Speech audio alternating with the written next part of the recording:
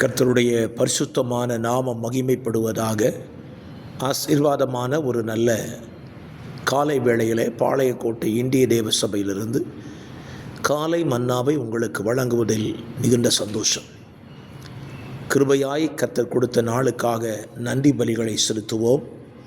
இந்த புதிய நாள் உங்களுக்கு நன்மையும் ஆசீர்வாதமாய் இருக்கட்டும் என்று சொல்லி உங்களை வாழ்த்துகிறேன்.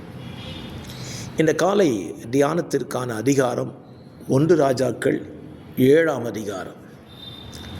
சாலமோன் கர்த்தருடைய ஆலயத்தின் வேலைகளை செய்வதை குறித்து இந்த அதிகாரம் நமக்கு விவரித்து சொல்லுகிறது.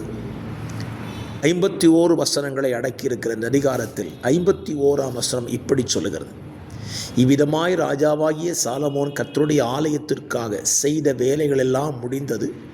அப்பொழுது சாலமோன் தன் தகப்பனாகிய தாவீது பரிசுத்தம் பண்ணும்படி நேர்ந்து கொண்ட வெள்ளியையும் பொன்னையும் பனிமூட்டுகளையும் கொண்டு வந்து கர்த்தருடைய ஆலயத்தின் பொக்கிஷங்களிலே வைத்தான்.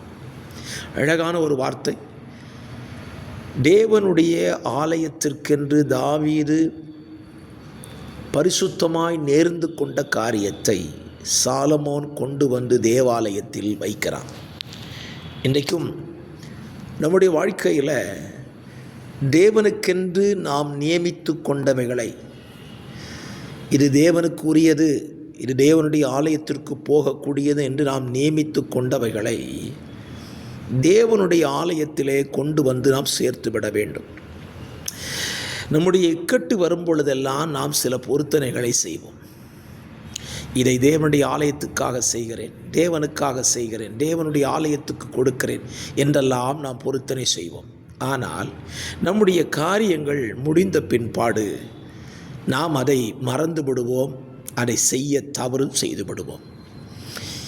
இது தேவனுடைய பார்வையில் குற்றமாக கருதப்படுகிறது. தாவீது நேர்ந்து கொண்டதை தாவீது மறித்து விட்டான். ஆனால் சாலமோன் அதை ஞாபகமாய் வைத்திருந்து ஆலயத்திலே கொண்டு வந்ததை சேர்த்து விடுகிறான்.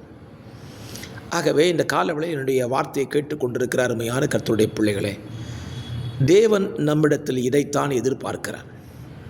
நாம் தேவனிடத்தில் எதை சொல்லுகிறோமோ அதை செய்ய வேண்டும் என்று எதிர்பார்க்கிறார். அப்படி எதிர்பார்த்த ஒரு மனிதன்தான் யாக்கோபு. யாக்கோபு தனக்கு ஒரு பிரச்சனை வந்த பொழுது தேவனிடத்தில் ஒரு பொருத்தனை செய்து கொண்டான். ஆனால் 20 ஆண்டுகள் அதை மறந்து விட்டான். தேவன் அவனை ஞாபகப்படுத்தி, உன் சகோதரனாகிய ஏசாவின் முகத்துக்கு தப்பி ஓடின பொழுது நீ பண்ணின பொருத்தனையை போய் செலுத்து என்று சொல்லுகிறார். பாருங்கள், யாக்கோபு அதை ஞாபகப்படுத்தின பொழுது எழுந்து புறப்பட்டு பெத்தேலுக்கு வருகிறான். தான் பண்ணின பொருத்தனை அங்கே நிறைவேற்றுகிறான். ஆகவே இந்த காலவெளியிலே உங்கள் வாழ்க்கையை யோசித்து பாருங்கள். வருடத்தின் இறுதி நாட்களுக்குள்ளே வேகமாய் ஓடிக்கொண்டிருக்கும். வருஷ துவக்கத்தில் நீங்கள் சில பொருத்தனைகளை தேவனுக்கென்று நீங்கள் நியமித்திருக்கலாம். அதை நிறைவேற்றி விட்டீர்களா? யோசித்து பாருங்கள்.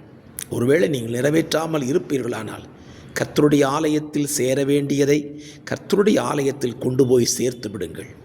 அது உங்களுக்கு நன்மையும் தேவனுக்கு அது பிரியமாக இருக்கும்.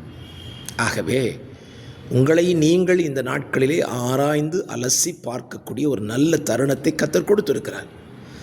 சாலமோனைப் போல தகப்பன் செய்தாரே நான் செய்ய வேண்டாம் என்று இருந்து விடாதிருங்கள். சாலமோனைப் போல தகப்பன் செய்ததை நான் நிறைவேற்றுவேன் என்று சொல்லி முடிவெடுப்பீர்களானால் உங்களை குறித்து தேவன் மகிமைப்படுவார்.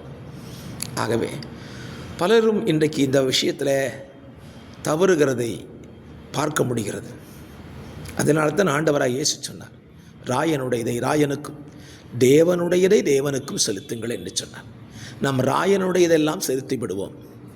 ஆனால் தேவனுக்குள்ளதை நாம் செலுத்த தவறுகிறோம், அதை தள்ளி போடுகிறோம். அப்படி செய்யாதிருங்கள். இன்றைக்கு ஒரு தீர்மானத்தோடு இந்த நாளை துவங்குகிறீர்களா? ஆண்டவரே, உம்முடைய ஆலயத்துக்கு சேர வேண்டியதெல்லாம் வருஷ கடைசியில் கொண்டு போய் சேர்த்துருதான்ப்பா, என்னை ஆசீர்வதியும் என்று கேளுங்கள். அது உங்களுக்கு நன்மையாய் முடியும். பரிசுத்த பிதாவே, இந்த காலை தியானத்தின்படி உம்முடைய பிள்ளைகள் உம்முடைய ஆலயத்தில் சேர்க்க வேண்டியவளை நாங்கள் கொண்டு வந்து சேர்த்துவிட எங்களுக்கு உதவி செய்யும். எங்களை ஆசீர்வதியும். வார்த்தைகளை கேட்கிற பிள்ளைகளுக்கு இது நன்மையாய் முடியட்டும். இயேசுவின் நாமத்தில் பிதாவே, ஆமென்.